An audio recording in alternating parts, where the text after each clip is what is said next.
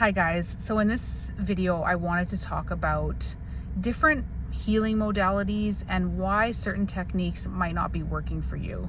So as always, this is just my opinion. These are just my theories based on years in this space and all the research I've done and the people that I've talked to. And what I mean by this is if you look at all of the different healing modalities online when it comes to unexplainable or unexplained chronic conditions or conditions that may turn from acute to chronic and nobody really knows why. And I've talked in other videos about getting into fix-it mode and how that can backfire on you. And if we're constantly researching online, all of the different theories, we get so overwhelmed and confused. Well, should I be doing DNRS, or should I be doing Gupta, or should I be doing Primal Trust, or should I be doing Journal Speak, or look at Sarno's work, or should I be healing my gut, or should I be, and we go down all these rabbit holes and we'll try something for a while and it won't really help. And we're like, what do I do next? What's the missing piece? And we're just freaking out and in this constant chronic freak out mode. And it's understandable, again, because you're trying to fix something that doesn't feel right. It's a natural response to that. But I want to talk about Dr. John Sarno. He is a physician, or was a physician. He's no longer with us. He died of, I don't know what, but he was very old when he died. And he worked out of New York, I believe it was. And he was a physician, and he noticed certain patterns in people that went from acute pain to chronic pain. And there's been studies on this where in the brain, the part of the brain that processes acute pain is different than the part that processes chronic pain. And when it goes to chronic, it tends to be the emotional centers in the brain that are lit up in imaging studies rather than pain centers. And so he was like, why is this? And so he developed the mind-body approach to, originally it was chronic pain, and then it carried over into many other chronic conditions and that are kind of unexplained. And there's a lot of people in this space now that I've mentioned in other videos who work more from a mind-body approach. And it's interesting because Sarno noted that because a lot of people, so even looking aside from the protracted withdrawal group, if we're talking just about chronic pain, a lot of people who are in these states are told, based on images of bulging discs or spine degeneration or wearing discs or whatever it is that they're told by their doctors is causing their pain, most of the time it's concluded that these are degenerative. But Sarno found that most people afflicted by these chronic pain conditions are in the age bracket of about 30 to 60-ish, kind of in that middle range. And he's like, what's the commonality? Because a lot of times people have similar injuries. Some people will have acute pain. Some people have chronic pain. Why is that? Even though they have the same injury. Or there'll be a whole lineup of people who have similar symptoms, but yet everything in an imaging study shows something different. So it's like, are these all caused by the physical structures in the body or what we're perceiving as causing the pain? Or is there something else that's underlying all of these? And I've talked about this with tinnitus. How are all of these different unrelated events causing the same symptom of ringing of the ears? Like, how can it be caused by benzos in some people and loud concerts in others and pregnancy hormones in others? How are these all related? They're not, if you look at them on a surface level. If you look at them at the mitochondrial level, that's the underlying cause. And so with chronic pain, is it so much about structural issues, or is there something else going on? So same thing, there were all these different patterns and they weren't really fitting the mold of why some people were getting chronic pain. But he did notice that consistently the people most affected were in this age group. And what did they have in common? Hyper responsibility, chronic stress. They have, they're taking care of their children. They have financial strain. They may be taking care of aging parents. They might have marital strain. All of these, like the most stressful times in your life typically are in those middle years where you have the most responsibility. And he's like, so is that the cause or part of the cause? And so when he developed the mind-body connection, that made the most sense. And the people who were recovering through these programs he developed were targeting suppressed emotions and chronic stress. And so when you look at protracted withdrawal, again, if this is a brain injury or something that I don't know, just needs time to heal. Why are there people who are further out from the drug? If the drug is the sole cause of the problem and it's just about the receptor changes, why are there, I've talked to a lot of protracted people who feel like they're getting worse. Does that make any logical sense? No. But in the sense of the stress, like looking at the total package of the person, their personality traits, their stress levels, their lifestyle, then it makes more sense. Potentially, it could potentially make more sense. And I've noticed that a lot of people greatly affected by these drugs are all in that similar age group. And I've talked about this before. It's not just an age thing. Like, oh, everybody who is, 30 to 60 who comes off these drugs gets affected by protracted. I'm not saying that. I'm saying that there could be lifestyle and causal factors in those age groups similar to chronic pain that are perpetuating this response. Similar to pain, similar to tinnitus, similar to all of the conditions that I've talked about in all of my videos that don't seem to make a whole lot of sense. Or why, same with COVID. Why do some people just get acutely affected by COVID and they're better in a week, and some people go on for months or years with these long COVID symptoms? Is it about the spike protein, or is it about something else? Because the people in the next community who are suffering from Lyme disease will boil it down to the bacteria. People in the protracted community are boiling it down to the receptors.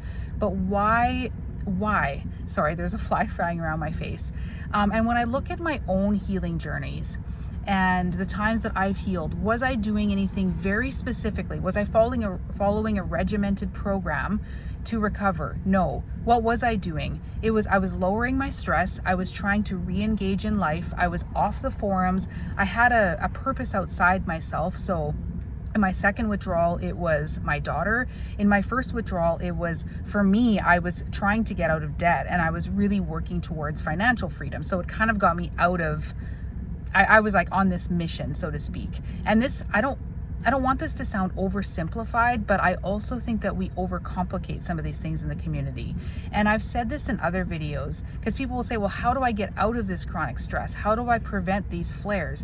And I think the reason why some techniques work for some people and others work for other people is based on personalities, their styles. When you think about losing weight or joining a gym or going on a diet, there's 1,000,001 ways to get there. Everybody's out there trying to sell you a program. You have to find what fits for you and what clicks, and that takes you to that weight loss. Because you can try 1,000,000 different diets, and you can try 1,000,000 different programs online, on apps, on videos, and it's just not working. It's just not clicking.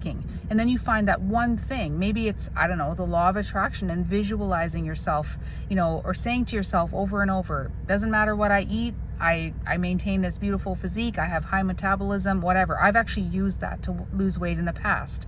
Or is it more of like a hacking where I used a trick, like a mental trick, years ago when I was in my 20s to lose, I think I lost 25 pounds, where I was like, every time I get a sweet craving, instead of eating chocolate or junk food, I'm gonna go to the local Tim Hortons, get a coffee with sweetener in it and cream, which, I mean, back in the day, they've changed it now. The Tim Hortons coffee with cream and sweetener was so creamy, and it felt like it was like tricking my body into having something sweet, but it was artificial sweetener, which I'm not saying is great. I didn't know a lot about gut health and stuff back then, but it like tricked my mind into thinking I was having something sweet without the calories. So that's how I lost weight that time.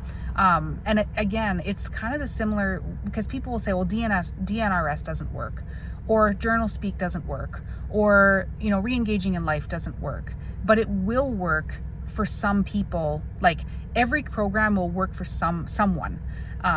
And so people are always like, which one is right for me? Which one is right for me? Why isn't this working? You have to find what fits for you. And ultimately, you're getting yourself out of that chronic stress and lowering that fear. And that looks different for everybody. For myself, I'm not a very regimented person. So when I'm being told, this goes into work life, it goes into losing weight, anything I've tried to accomplish in my life, when it's super structured and regimented, I feel immediately trapped and like bogged down. Sorry, this fly is driving me crazy. It's like a psychological mind trick for me. And it makes me like, if someone tells me go on this diet, you can't eat this, you can't eat this. Right away, all my mind can think of is what the things that I can't have. So those types of programs always backfire on me. What works for me is somehow tricking my mind as far as like losing weight. When it comes to healing, so for me, re-engaging in life, compassionate self-talk, and like if I'm feeling physical symptoms, like walking will help me. If I'm feeling a lot of mental symptoms, again, this is aside from acute withdrawal. When you're in acute, you're basically distracting, finding hope, and finding support. But when you're further out and you're still having these chronic stress responses, these waves flare up of like dysregulation that presents in all of these umbrella symptoms that we talk about, and I've made lots of symptom videos before. In those times, a lot of times you're just distracting and reminding yourself that you're safe, and you're kind of going back to acute coping.